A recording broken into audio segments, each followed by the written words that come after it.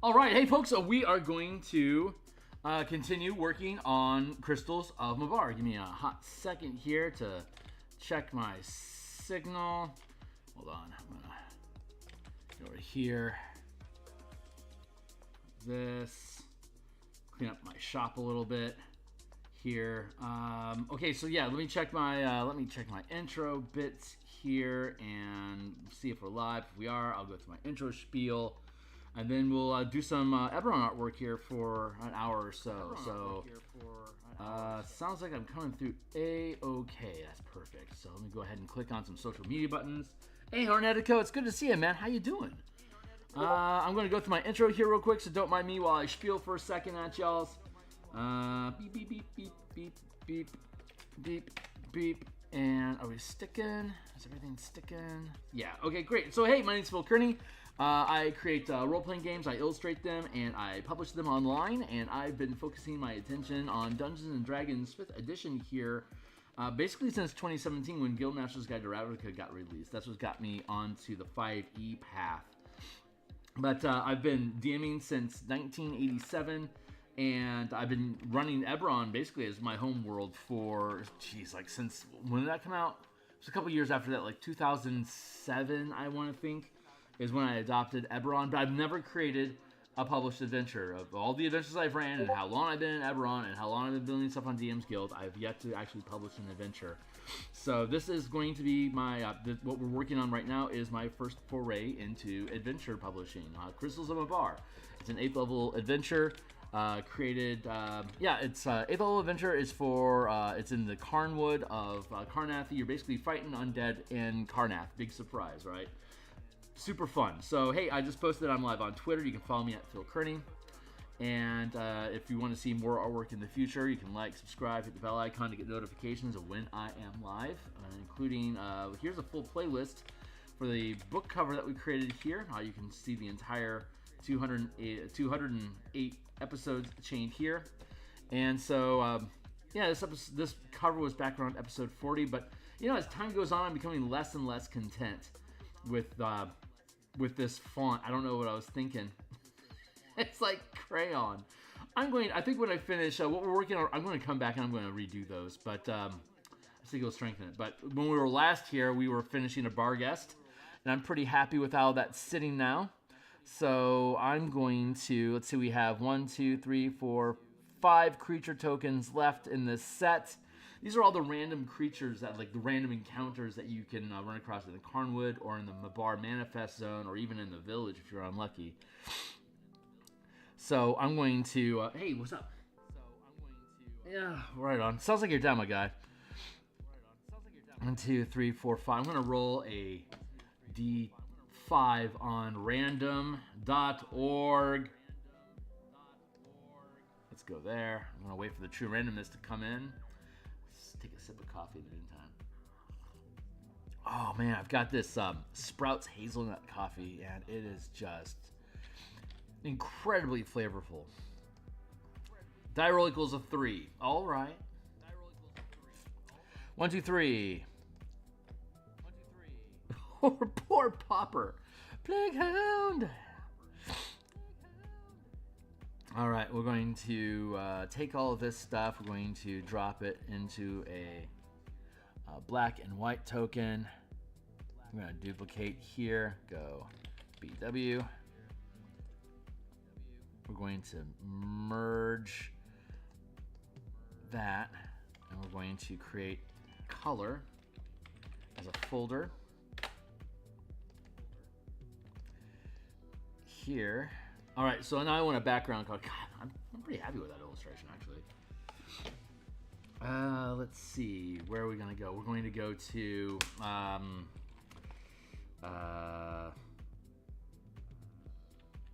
let's go with open wound. Oh,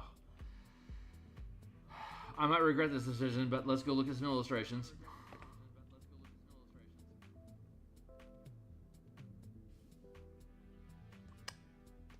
That's a bingo. Copy that.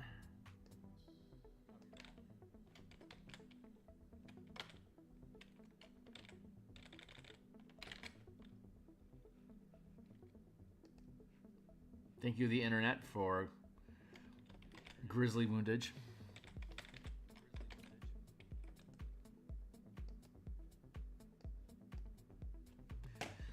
Sorry for the gore, folks, but we need color. And as a colorblind artist, I don't see color. So this is the best way for me to be able to grab accurate color referencing.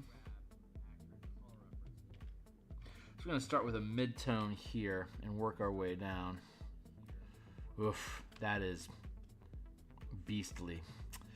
All right, well, we suffer for our art, don't we? So this is drop that in here as our base color for the entire animal.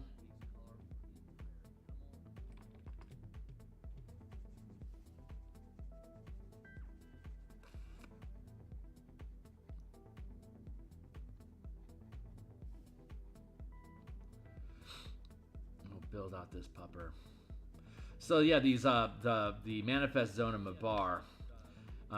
For those that haven't been here for 200 episodes and don't know what's going on, the adventure in Mabar, the adventure that's happening in the Carnwood here in Eberron, it is necromancers have used an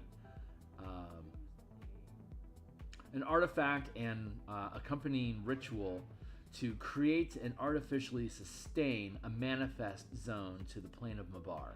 A manifest zone is when one plane of existence co-terminates with another plane of existence, basically crosses over each other, and influences each other. In Eberron, they happen. Some of them are permanent, some of them are temporary. Temporary ones, they show up, they do their thing, and then they eventually recede, and then it's kind of like how do you put it? It's like an eclipse, right? Occasionally they sync up, have an effect, and then they desync again over time. That's kind of what manifest zones are. It's like it's like an eclipse of different planes of existence. In Eberron, the metaphysical plane has orbits, so planes come closer and further away from Eberron, and that termination is when a piece of them cross through and eclipse each other like that. So this ritual is finding a way to artificially eclipse and sustain the eclipse between Mabar and Eberron. And Mabar is the plane of nightmares, undeath, things that go bump in the night. Spooky place. And so artificially sustaining the manifest zone starts to affect the environment that it's co-terminating with. So as the manifest zone increases and steeps in the Carnwood, it rots the forest that the manifest zone happens inside of it. Turns basically everything into sludge. It's like poison and disease and rot, and just destroys the fabric of the forest. So it has, the way that it does this is that the wind that blows through the manifest zone carries with it these crystals, the crystals of Mabar. These crystals is like the soil of Mabar, but it's not full of life. It's full of death and darkness. So they're like Folger's crystals. You can grind them up into powder to power darkness and necromancy rituals. So they have a high mercantile value to necromancers across Eberron. So go figure. Necromancers are basically running a resource scheme, manifesting this place and then harvesting these crystals and other plant type stuff that grows in the manifest zone to convert into alchemical products, or just simply harvesting crystals to be able to use in rituals. So high profit margin there. And so when these crystals get into wounds, they start to spawn and propagate. And a plague hound is a dog that's been infected, or wolf, or anyway, a canine that's been infected with these crystals, and it slowly cancerizes and kills the dog, and then it becomes this undead, sad thing. So it's gross and sad, but here we are. So let's see. Let me grab some more reference here real quick. I'm gonna grab highlight, shadow, grizzly. So it's basically these animals are infected with a sickness that causes them to attack life, and there's you can get rid of it with a remove curse or cure disease, lay on hands. It's pretty easy to get rid of, but it eats up resources. As a DM, you can play a cruel trick on your team if they're doggo lovers. You can get them to emotionally spend resources to save dogs that they find from this curse.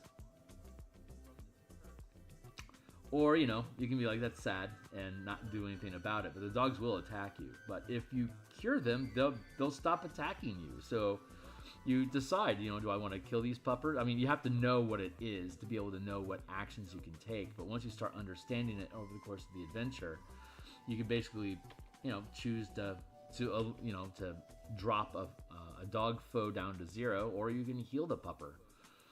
And as a DM, if people wanted to start healing puppies, then I would absolutely let them become animal companions. So take that with a grain of sugar.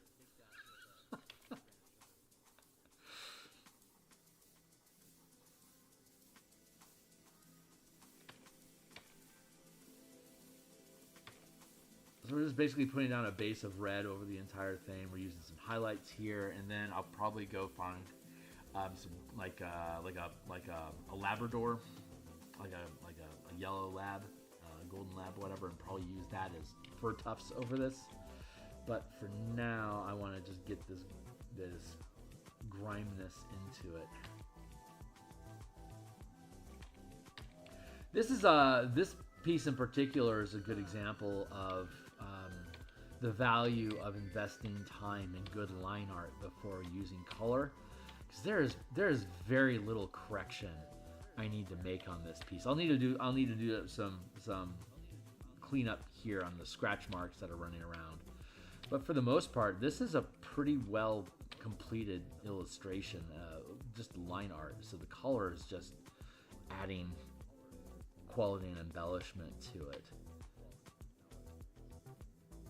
So I hope that in the future, when I'm looking at a piece, I can remember this as an example of the reason why it's worth investing time and making sure that the line art is really good. Because the production time for the color is minimal. Which is great, as I got a lot of shit to do. I am really, really pleased. So now that Eberron is my primary project, you don't see the work that, I mean, you rarely see the work that I do off screen anyway, because I'm off screen. But the time that I'm investing right now in off screen is we're chewing on the third act, and there's a lot of little quality of life things that are cropping up on the map that are helping improve the narrative overall. Like until now, I seriously didn't have much thought or consideration into where sources of light were coming from. I mean, I had notations in the adventure. There's basically every 20 feet, there's a source of light mounted into the wall, but I never really thought about it. So here, I'll show you guys real quick. So this is what I was working on, Act 3, Region 1. Here, I'll pop open the final dungeon map in Act 3. It's the underground lab where the manifest zone, the nexus of the manifest zone is created and where the ritual is sustained. So here's a 74 by 74 square map that'll be real easy to use on a virtual tabletop, but we'll break it up into pieces for print. But so instead, what I did was I had the opportunity to reconsider. Like I was going through like visual, environmental effects, ceilings, walls, doors, like all the statistical stuff that you need for building a dungeon. And this stuff out here, this is all the grit. We did this back like around episode 120, maybe it was 160. But this is all the crystal grit that's accumulating inside of this dungeon because of the effects of the manifest zone that I was talking about earlier, about affecting the area. But there's clean air regions that this grit isn't happening because the fog is pushed back. The fog rots the material, converts the soil and rock into the crystal grit. And so this is a really crappy illustration right now, which we need to go back and fix. But for now, this is an air vein. It's basically it rotates and spins, and it pushes. It's like a fan. It pushes air away from it.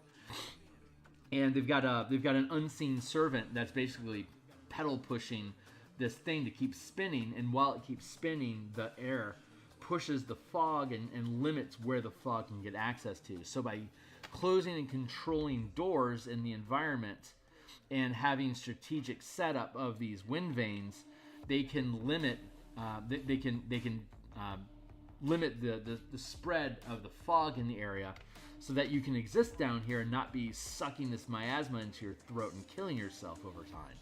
So it's super useful to have these things set up, and this is the basic setup of the map when the team comes in.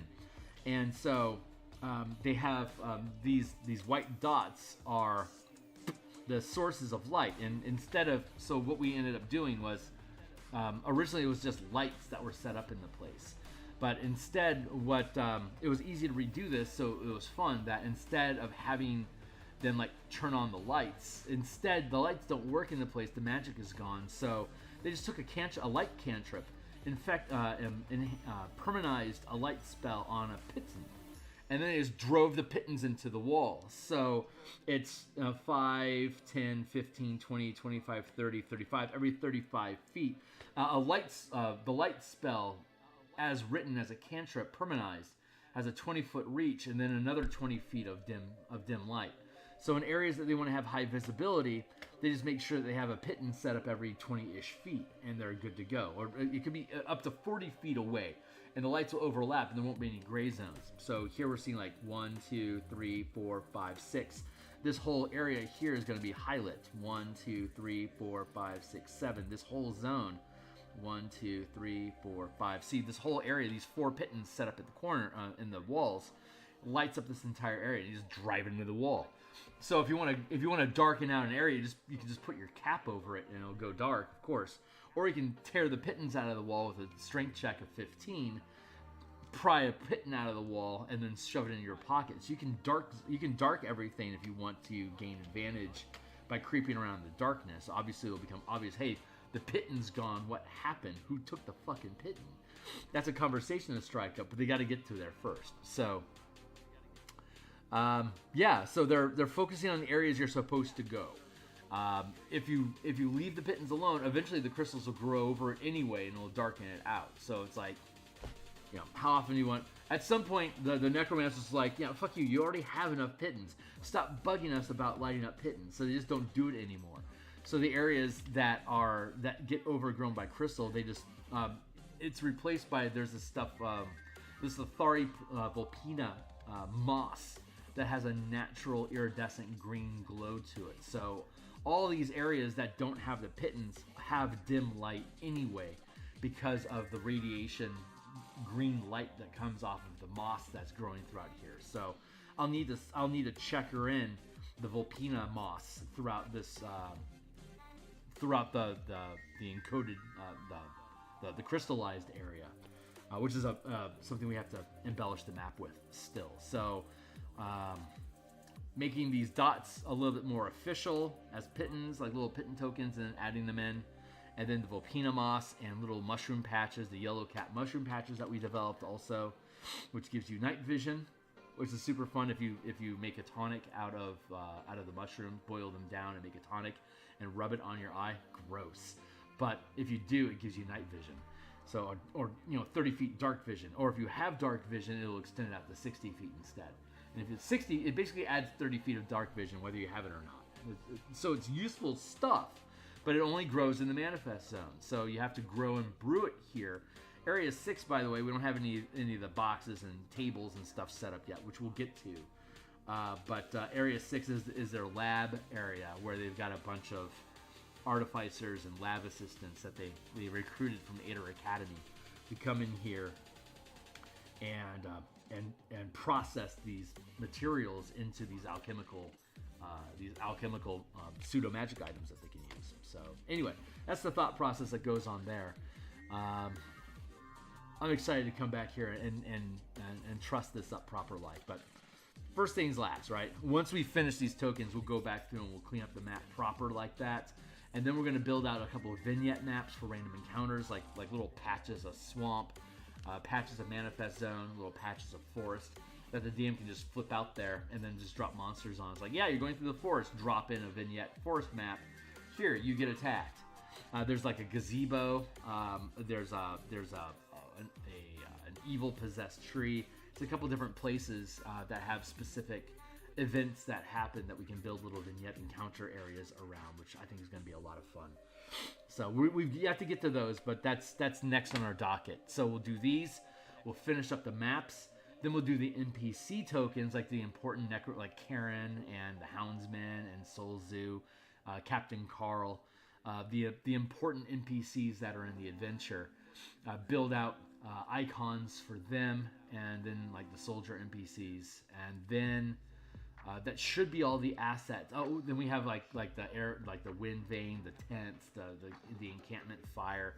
There's a couple different little icons that we need to build for our map, but then that should be able to finish that stuff out. And at that point, if everything plays out right, that will probably be sometime in May that we'll have all that stuff finished. And at that point in May, we should also be done with the document, and I'll be dropping in layouts.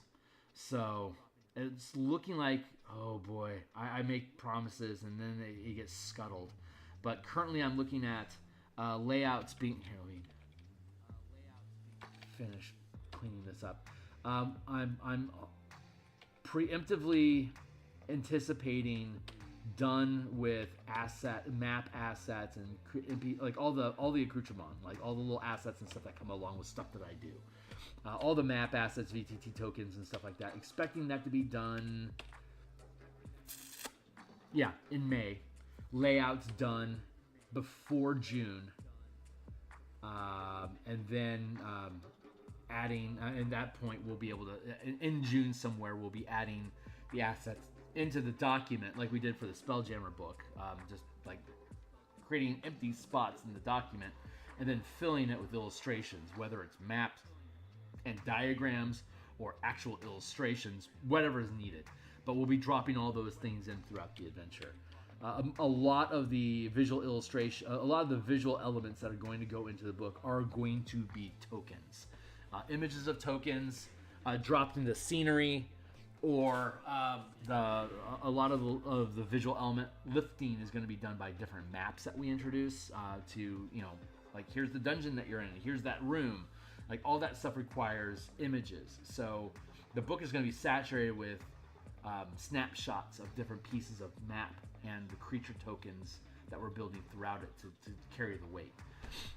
And then wherever needed, we'll have little mood pieces like creepy hallways, moonlit illustrations of the village, stuff like that.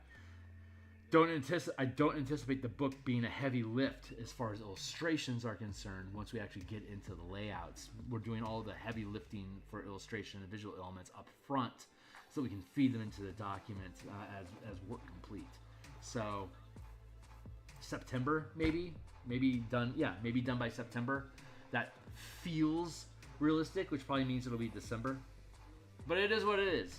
But once we publish this massive milestone, I'm really looking. And if it does well, if people like the adventure, I've got other ones that I want to do that are similar in construction to this one. So we'll see how things shake out. And I would love for adventures to be profitable to the point where it's like, yeah, I gotta do this. These are good things for me to produce. That are productive, well received, and God willing, used by DMs. And if all those things tick off, then I could realistically do additional adventures in the future. I've got 2 other Eberron adventures that I have in mind already. I think one of them I'm going to do no matter what.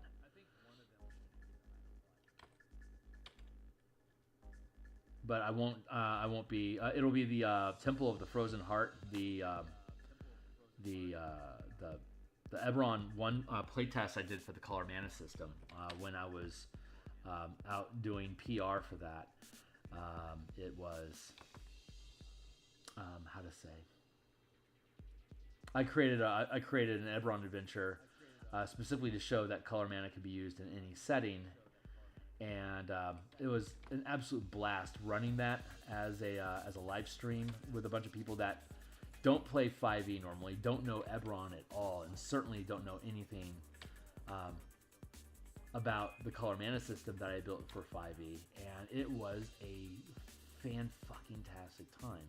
There's links to it in the actual product pages of the color mana system that I have linked down below. But that was an Eberron adventure, and although I could shave off the serial numbers and make it literally anywhere, if Eberron proves to be productive by me putting it on the DMsGuild, then I have no problem with continue building adventures that cater specifically to Eberron. If it ends up being a financial flop, then I might still do adventures, just make Kickstarters and like Creative Commons them and like file off the serial numbers. And I love it. So what I've done here is I've bound all of the layers in this picture together so I can blend in the line art into the color a little bit more, just to make it less comic book. Nothing wrong with comic book style of art, but it's incongruous with the rest of the piece. I'm just making this match up. I bond the line art into the color, and then I kind of blend like I am here, depending on what the aesthetic is that I'm looking for and the kind of texture. I blend the line art into the color. Sometimes I don't. It just depends on what the piece is.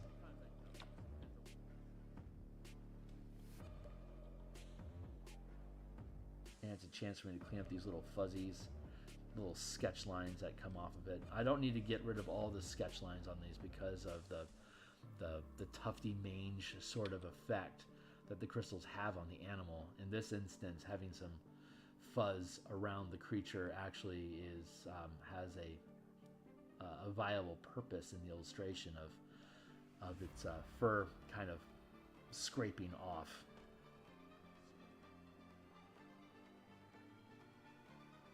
But once I finish this process, it'll only be a few minutes here. Then we'll go find some yellow lab and start adding the yellow lab fur onto the less grisly parts of this pupper's flesh.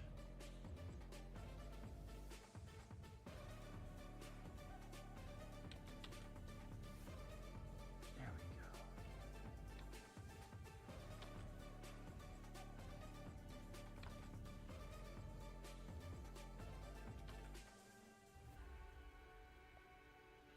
So I stream 11 times per week on Mondays, Monday through Friday in the morning like this. We work on Eberron token art, maps, and interior page illustrations for the adventure.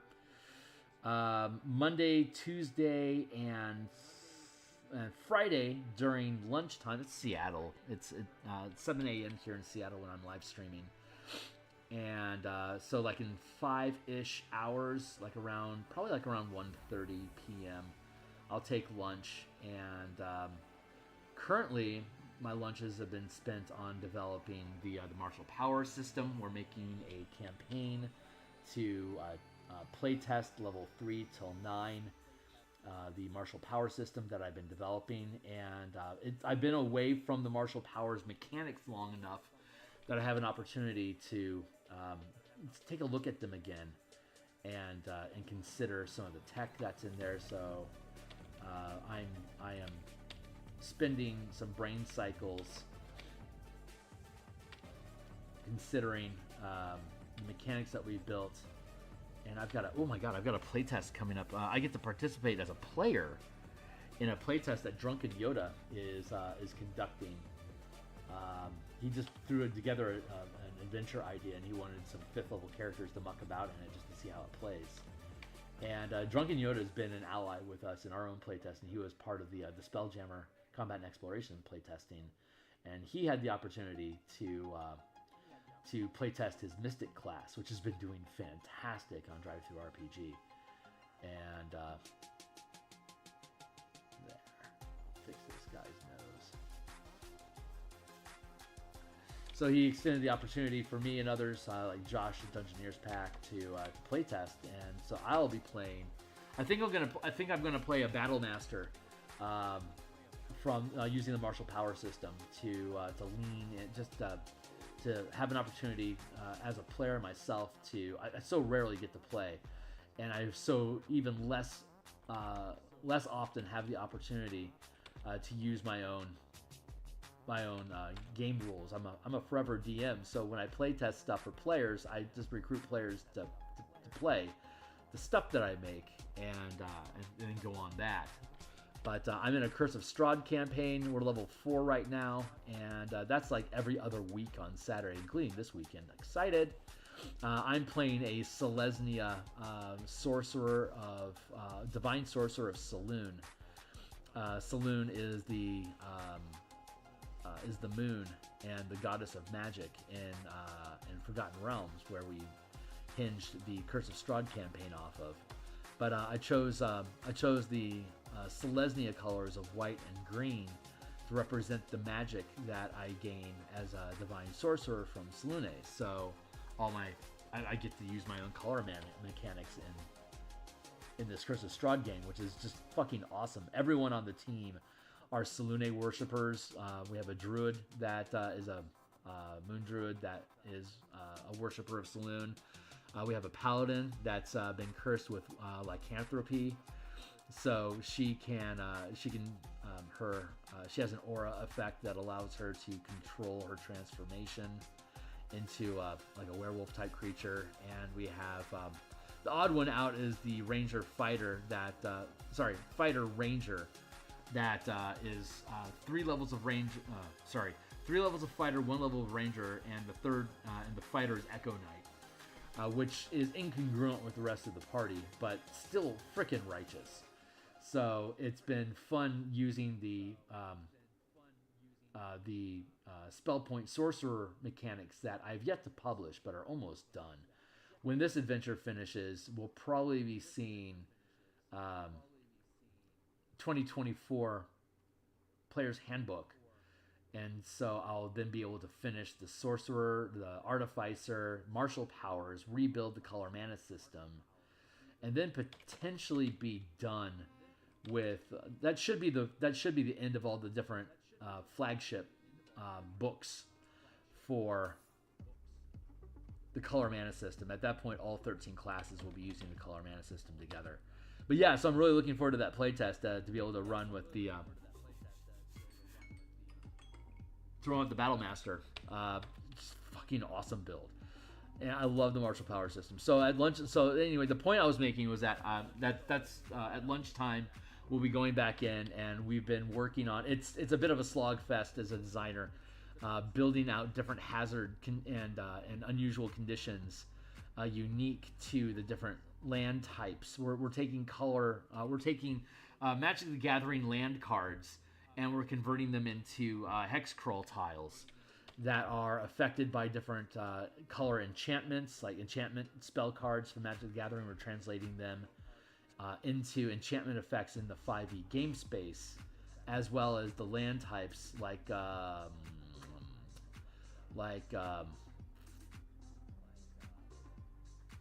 what was one, like Steam Vents, for example, is a blue-red land type that basically has Steam Vents, Poisonous Fog, and has like gouts of steam that erupt from the ground. Are the hazards that the team has to deal with during combat and exploration. As they're crawling around the map, they'll have to make saving throws and stuff to resolve the steam effects potentially wounding them. So each of the hexes has these little different conditions and effects that makes one land type interesting and memorable in comparison to another as part of the playtest environment that we're doing. So I'm going to get rid of it. No, I need to keep that. Let's go here. Let's look for Yellow Lab.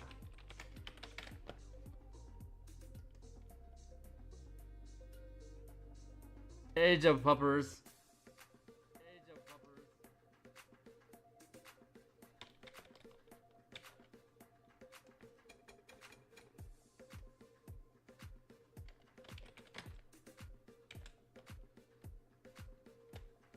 Mangy mammal.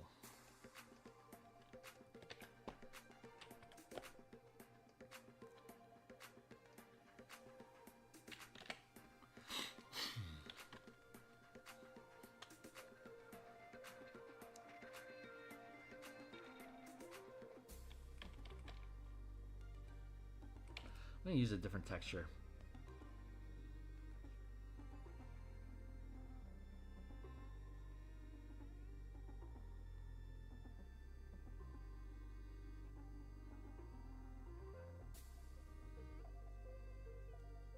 This is the brush that we use for crystals. So I'm going to use that brush for his fur.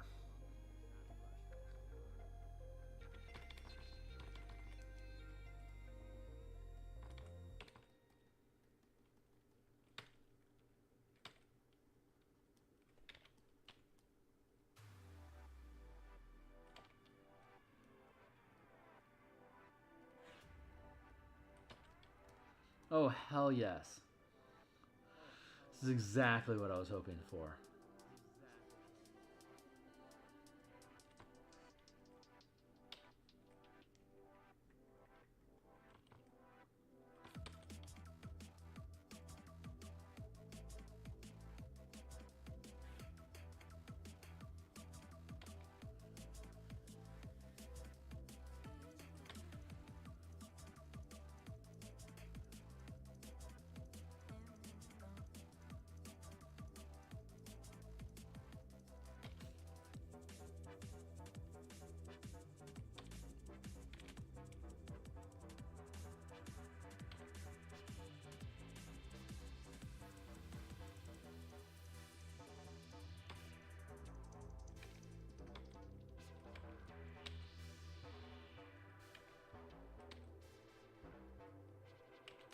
Little dabs, little dabs here and there.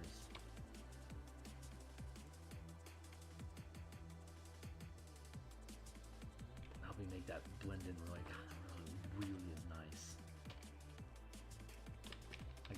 I gotta really be intentional about where I'm dropping these little color splashes.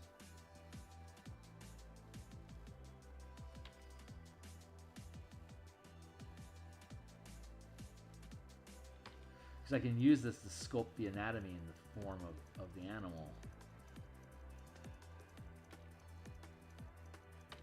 Like by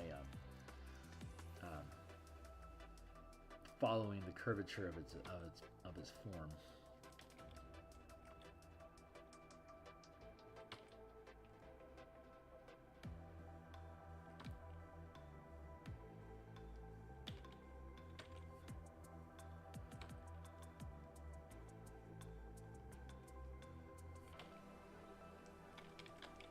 Intentions, Kearney.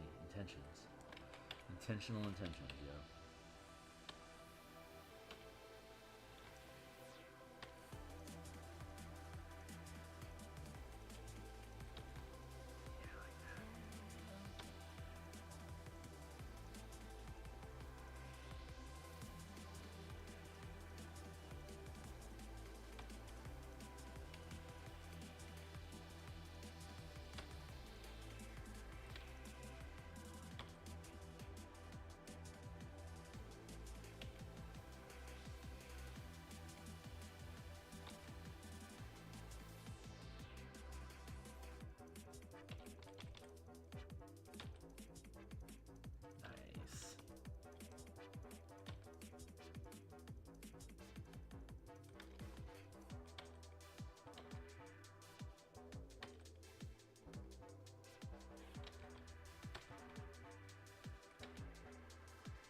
I don't know, man. There's a part of me that's like, there's a lesson to be learned from this piece here.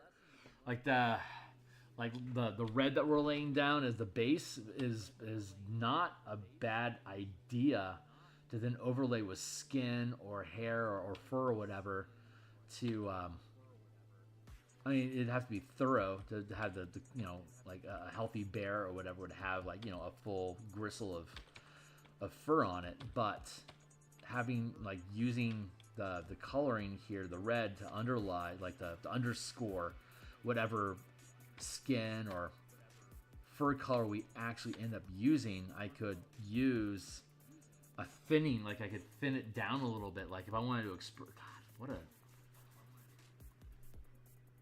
LeFou, I'm afraid I've been thinking it's a dangerous pastime, I know. But in areas that have thinner skin, I would be able to take the color and I could thin the color down so more of the red of the blood underneath the skin comes through, like that blush effect. There could be some real potential value in layering red as my base color underneath living things' skin and stuff. There's something to that I think is worth considering when I start evaluating how my art is evolving. That is a really interesting prospect.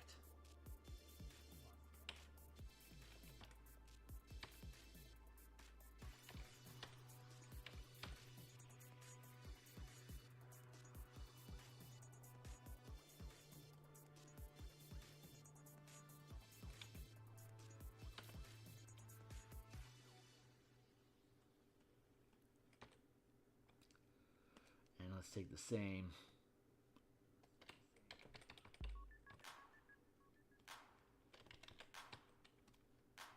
crystal brush.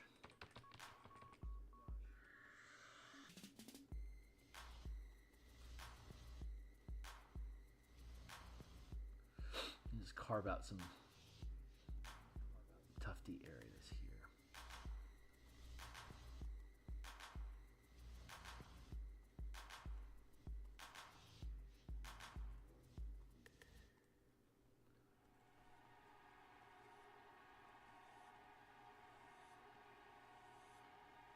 Ultra mangy.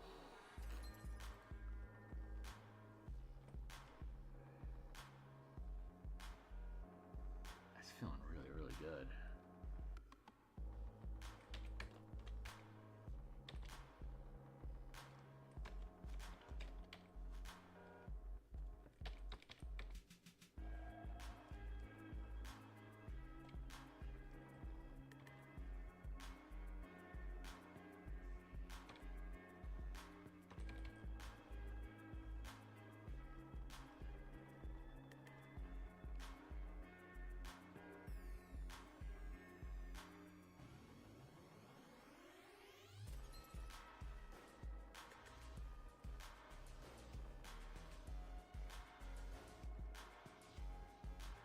Yeah, I didn't like how that turned out.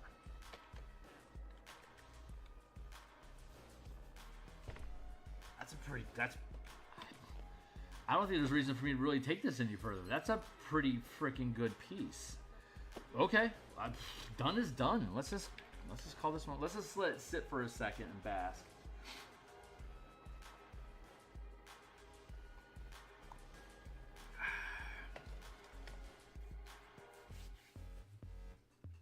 Oh, I do see an opportunity. Hold on.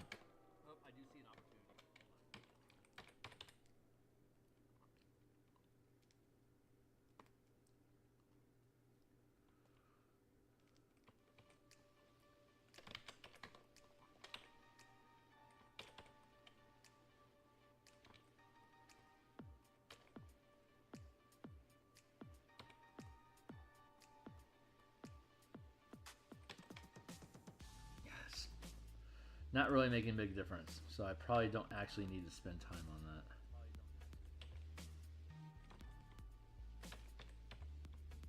that. Oh, I do need to.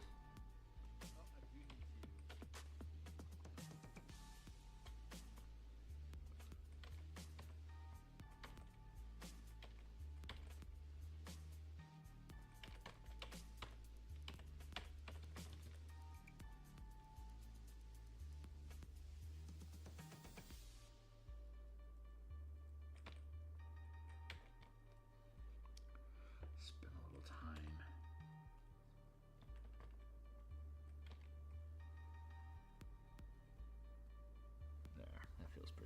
let's bond these together.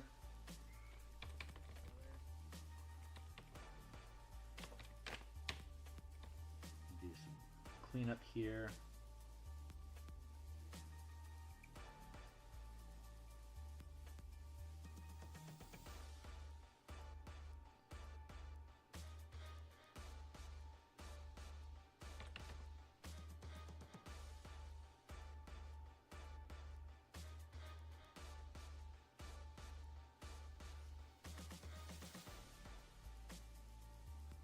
I'm really hoping that the release of the 2024 player handbook helps revitalize production of decent content on DMsGuild.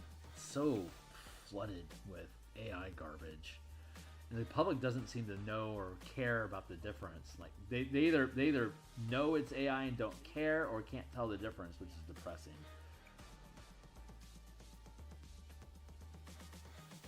I can't really disparage people that make AI written documents on DMsGuild, because I mean, if they can sell them, then these are people that are trying to, they're working a hustle. They're trying to make money. I can't blame them for trying to use whatever tools are available. It chafes against my artistic sensibilities, and it feels like it undermines and cheapens the art of creating content by just letting a computer just spit out variables with descriptive text. It's like there's no real,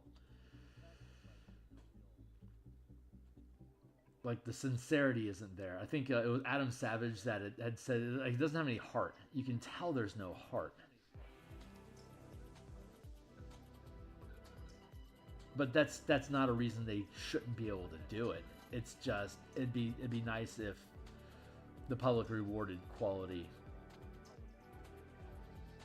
And sometimes they do.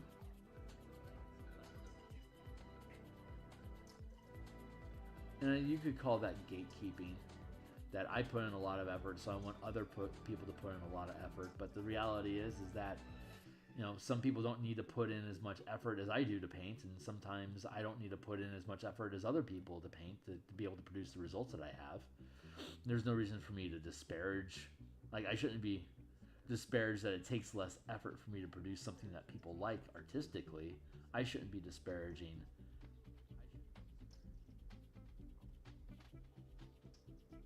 those people. But then the question is the tool that they're using pure and just, or is it stolen ideas and concepts that train the device that they're using that's creating the results? And that becomes a super gray area, and that goes back to integrity, which is why the whole process chafes me, because like it just feels it's unethical. I feel it's cheap and it's unethical, and people that don't care about that are people that I don't know I should trust as allies in my own circles, Like, if you don't, at a certain point, where's your hypocrisy lie, At what point do I need to start building my own shoes because I know where that was sourced from, and do I need to go kill my own cow to get the leather to make those shoes in the first place? It's like, it's a rabbit's hole. You can't easily point fingers at other people. That is a global macro scale issue. Like, I can shame people on the individual level for the choices that they make, but at what point do I need to put my cell phone down because the lithium in it is being mined by slave labor? It's the rabbit hole is infinitely deep. And as they point out in The Good Place, it's like you can't, like, it's all the collateral hate, all the little micro, all the micro sins that keep you from heaven, as it were. Where does the responsibility end? And at what point is your passive participation your own sin? That's a great philosophical debate that if you haven't seen The Good Show, it's worth your time investigating that, because it's a great. Okay, I'm really happy with this pupper now. Oh, it's a sad pupper. I love it. Just love this piece. So, Playground complete. Let's find another piece to do. It's 7:30. I've still got some time left this morning. Let's do it.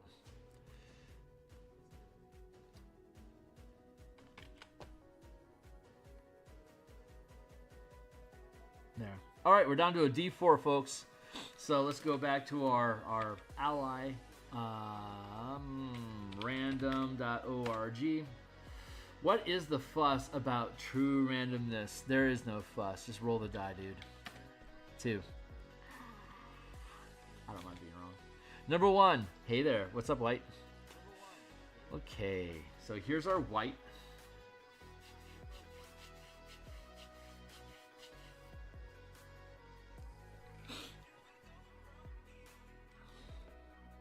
Let's go find some D&D white art.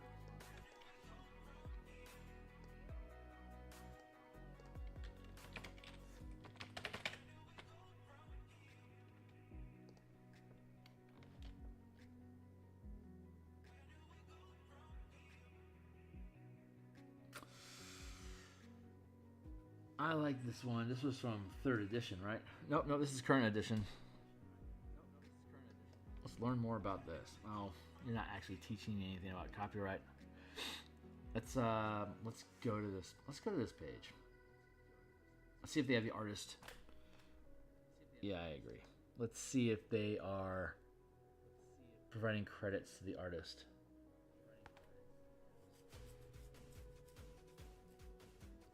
Nope. It would be cool if they provided credit for the artist, but C'est la vie. Image in a new tab.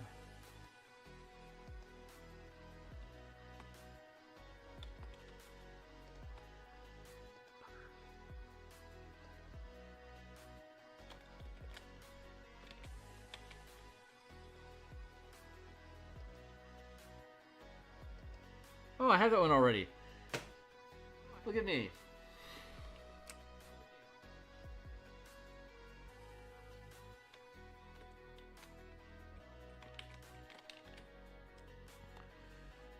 Duplicate. March down. Color.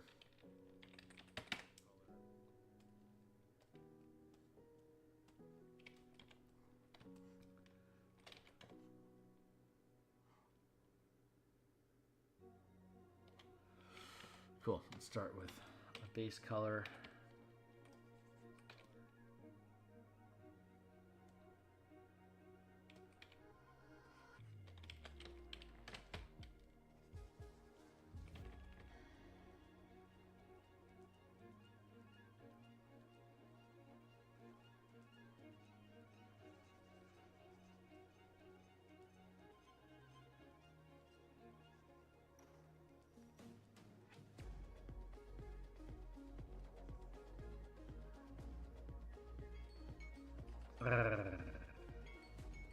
Burp, burp, burp.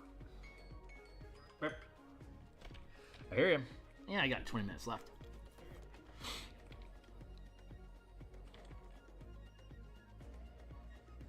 So yeah, 11 times a week, Monday through Friday in the morning doing token art like this. Saturday morning is my commission and open workbench.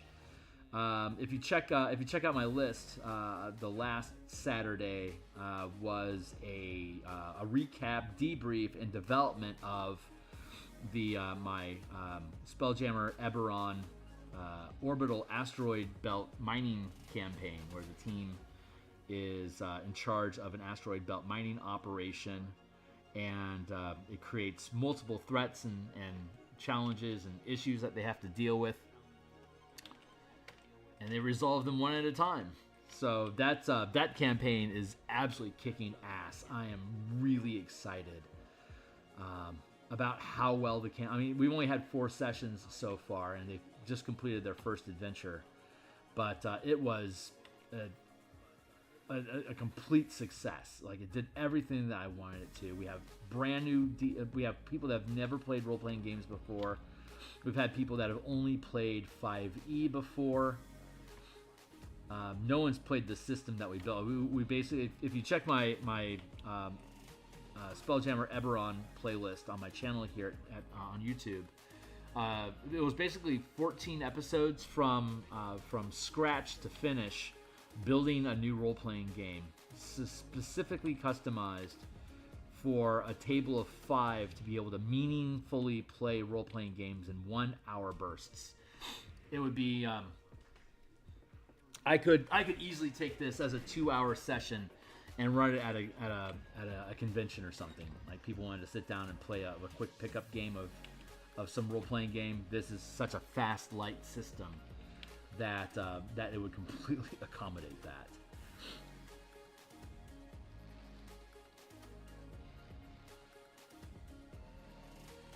So I'm incredibly excited about how well that is going,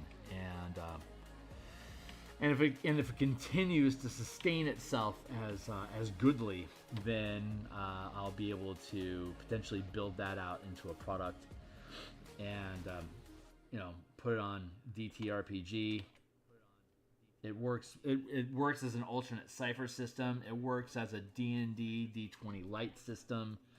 It's just such a fast, loose system. It's built off of the guild system that we had built for the In Command book that I put on hold for Eberron for Spelljammer. But so it's basically been sitting. That command system's basically been sitting for 2 years while I do all this other stuff, and but boy, it's all panning out really, really nicely. Let's go with a darker color.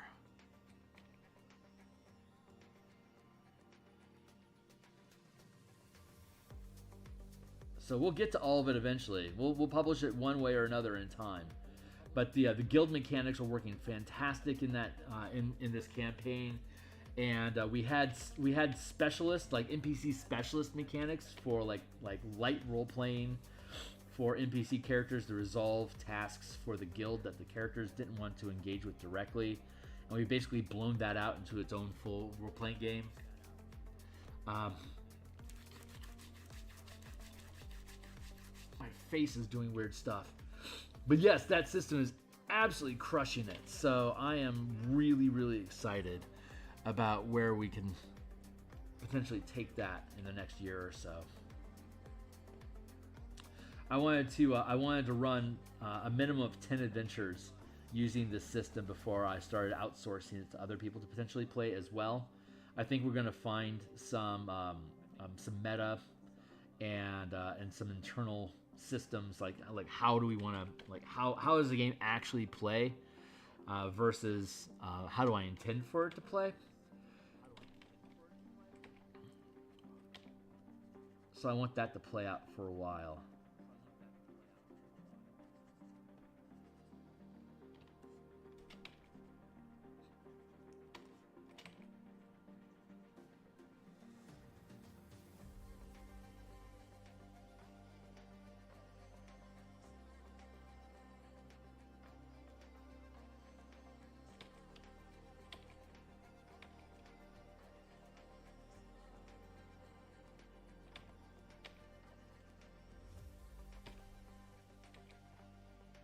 Let's see how shit shakes out.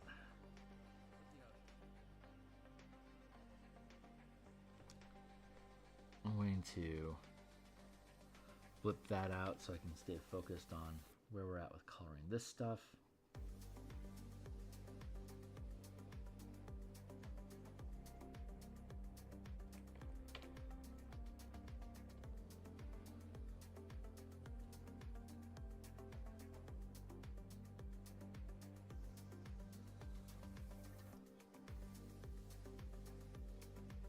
So we'll be back at lunchtime today in about 6 hours. I should be back here, and then tonight. Oh man, I'm excited! Tonight in about 12 hours, we'll be on continuing to build Vokath Battle Station for the Spelljammer Combat and Exploration supplement that I built. We're now starting to build mega ships, which are 500-foot vessels. The largest size craft, the largest size vessel that they have in Spelljammer's Adventures in Space is 250 feet long.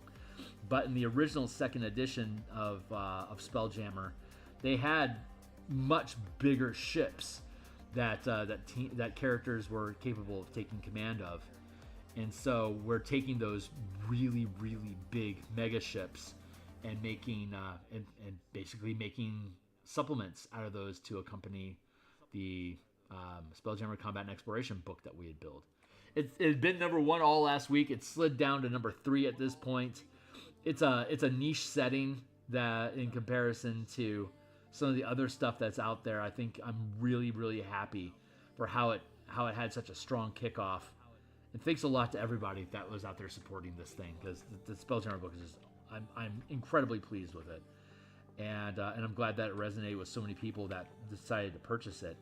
So I'm really happy that it hung at number 1 for all of last week, and for it still to be sitting in the top 10 on DMsGuild, I'm very proud of that. We'll see over time where it actually ends up resting at, but it is by far the absolute strongest. What's the word I'm looking for? Premiere is the word. It's absolutely the absolute strongest premiere I've ever had in any of the books I've created, and I'm incredibly proud that as my skills continue to develop as a game designer, that the stuff that I build is attracting and retaining a larger audience of people that are just interested in the ideas that I create. That's so inspiring and encouraging. Like, that makes me feel like once my muse tells me that it's time for me to start doing Kickstarters, that they'll actually be successful, and that I'll be able to continue building an audience of folks that like the stuff that I build. So that's very, very rewarding. I am very pleased. It feels pretty good. Drop the color back in. We're looking good so far. I'm gonna grab this.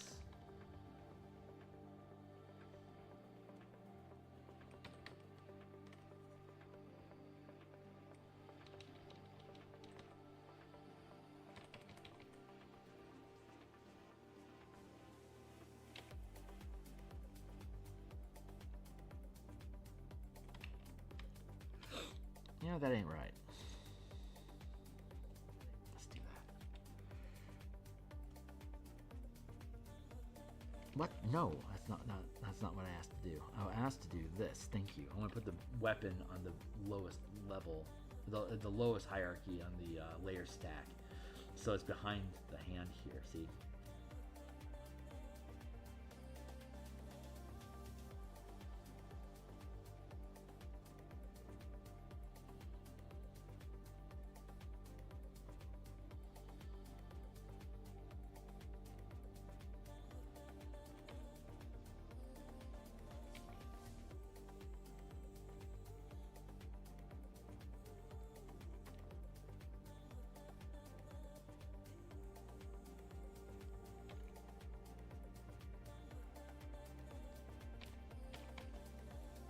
Funsies. Now I can highlight the blade here.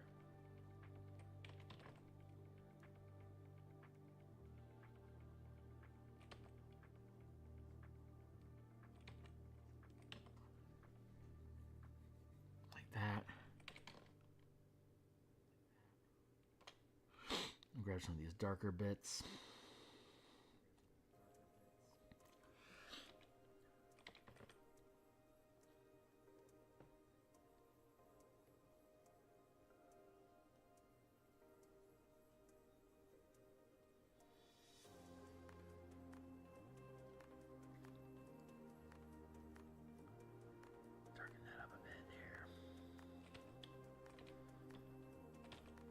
I feel like all the artwork I did for the Spelljammer book has yet again leveled up my skill in rendering. These things are flowing so smoothly now, and I have a lot more confidence in the brush strokes and where I'm dropping in color, and not feeling that I need to micromanage everything so much, just to let it naturally fall where it does.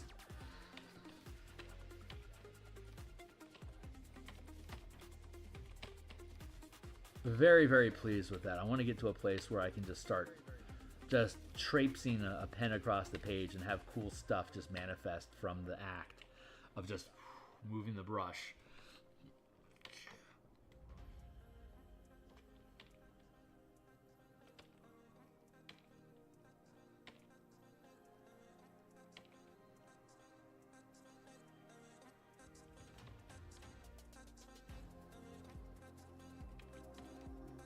that's where we're getting to.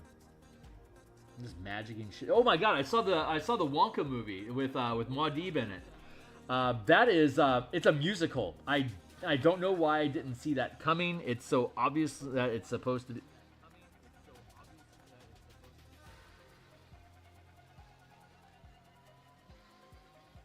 This is the way. Thank you. It should have been obvious to me. It's a fucking Willy Wonka movie. Of course, it's going to be musical, but it wasn't advertised at all that way. So the entire film, I kept imagining him using the voice to tell people to shut up. That was fun. But I tell you what, man, Willy Wonka is an artificer. Like 100% is an alchemist. He's making chocolates, and he's taking all these like magical, amazing ingredients and then blending them into a little piece of chocolate. And when he feeds it to you, something magical happens to you, like you fly or whatever. That is such a obvious D&D flavor for an alchemist of any sort of alchemist you can imagine. That is like the artificer, alchemist. A lot of people crap on it not being a very good subclass, but the Willy Wonka is absolutely on point with the flavor for that. Highly recommend. It was a great ride, and I think I'm content in blending these things together. So I'm going to duplicate this layer here. I'm going to merge this down here as a single piece now. Let's conceal that.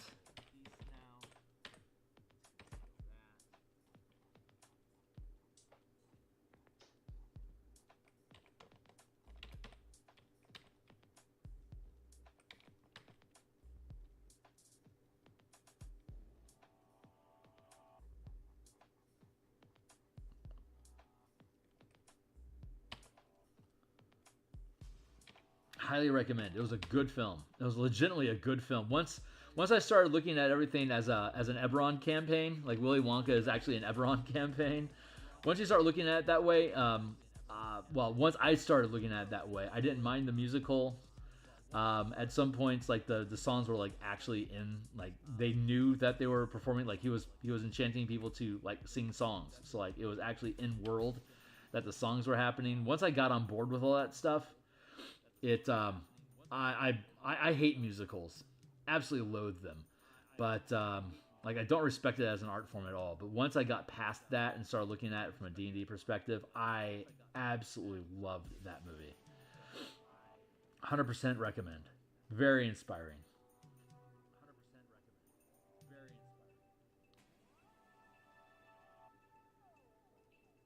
And you know, congrats to Muad'Dib.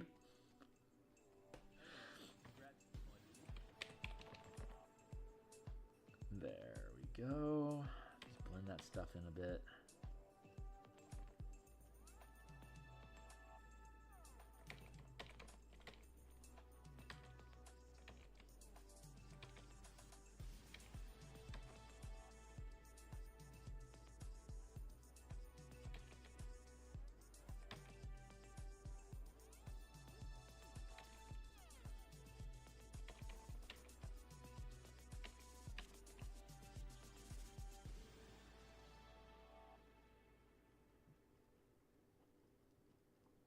I don't think there's anything in the game that lets you make whites. I think they're just the lore behind them is that I think it's Orcus, the god of undeath, that creates these things as basically cursed soldiers.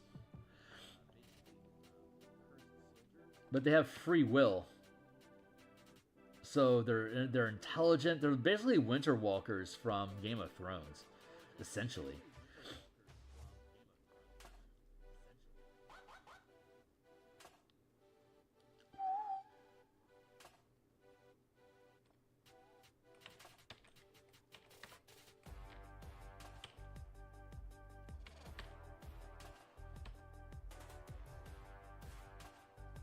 These would absolutely be hunting anybody that's in the manifest. I mean, including the mercenaries that are supposed to be keeping the place safe. So there's a the mercenary troop that the team will encounter during the course of the adventure. They can win them over and get the mercenaries to become allies, because Like, the mercenaries do not want to be fucking with undead like this. Like, there are some real bad news creatures that can crop up on the random tables. And they're the ones that are most likely going to be rolling those random tables because they're in the manifest zone all the time. Like, that's their job to basically contain anything coming in or out of the manifest zone. And so it's like, it's a bad gig. Real bad gig. And they are, when the adventure starts, they're already on the edge of quitting these necromancers as a client. It's like, this stuff is, I don't know what we were thinking. This stuff is getting so bad so fast. And so they're scared that they're all going to get killed. It's not, they're at the point of like, we know that if these necromancers survive, if we quit on them, they're going to come at us hard. And we're probably going to end up getting picked off over time, one way or another. So they need a clean solution to be able to break away from these people without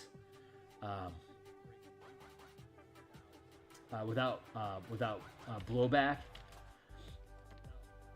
And the team coming in offers them that opportunity. It's like, boy, if we just get out of the way of these player characters, they're gonna clean these guys up for us, and we can walk away from this alive, without necessarily sullying our reputation, because there won't be anyone to give us bad Yelp reviews because they'll all be dead. So they're very much in a position where they can be influenced by the characters. It's like, yeah, if you just help us through this, or just don't get in our way while we clean up this manifest zone, you guys are good. And like, that's at some point the team has enough influence over these mercenary NPCs that they're like, yeah, we're willing to work with you on that, or they're willing to stay out of the way at minimum. If they piss off and treat the mercenaries as combatants, it's just another piece of bullshit that they have to deal with, and they'll fight back out of frustration and create enemies out of the players, because that's how the players came in. If your team are the type of players that like to subvert expectations, you can keep concealed from them, and they'll feel like geniuses for coming through and converting this mercenary guild into allies during the course of the adventure. And it's honestly, it's the additional firepower that they need to minimize the amount of long rests that they need to solve the adventure. They can collapse time frames by recruiting the mercenaries to help them, because they're scared shitless, man. You're getting hunted by... Okay, so in the manifest zone, there's this fog, this mist that covers everything. It's like a miasmic cloud, and it blots out the sun. It makes night even darker. It's terrifying shit, and it reduces visibility, so it's difficult to see what's going on while you're inside of the manifest zone. But undead are absolutely unaffected by it. It's transparent to the undead. It only affects the living. So the living has this constant visibility disadvantage.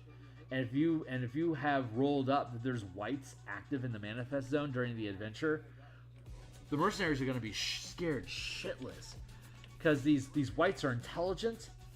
They're basically resurrected or reincarnated Carnathy soldiers that are hell bent, literally, on killing anything living inside the manifest zone. So it gets real scary real fast for the soldiers. If you put these on there, you're almost guaranteed to get allies out of the soldiers if you do anything to offer them opportunities to survive. They're like, yeah, we're super on board with that. Help us. We're scared. Like, there's no pride in recognizing when you're outmatched. And then it's just a matter of managing the situation. And like, your characters become a godsend for these people. It's like, oh my god, thank you for being here. This is getting way out of control. But you have to be able to set up friendly opportunities for them to want to have that conversation with you. You know what? Honestly, I don't see any real reason to continue on with this. I'm going to just call this white done.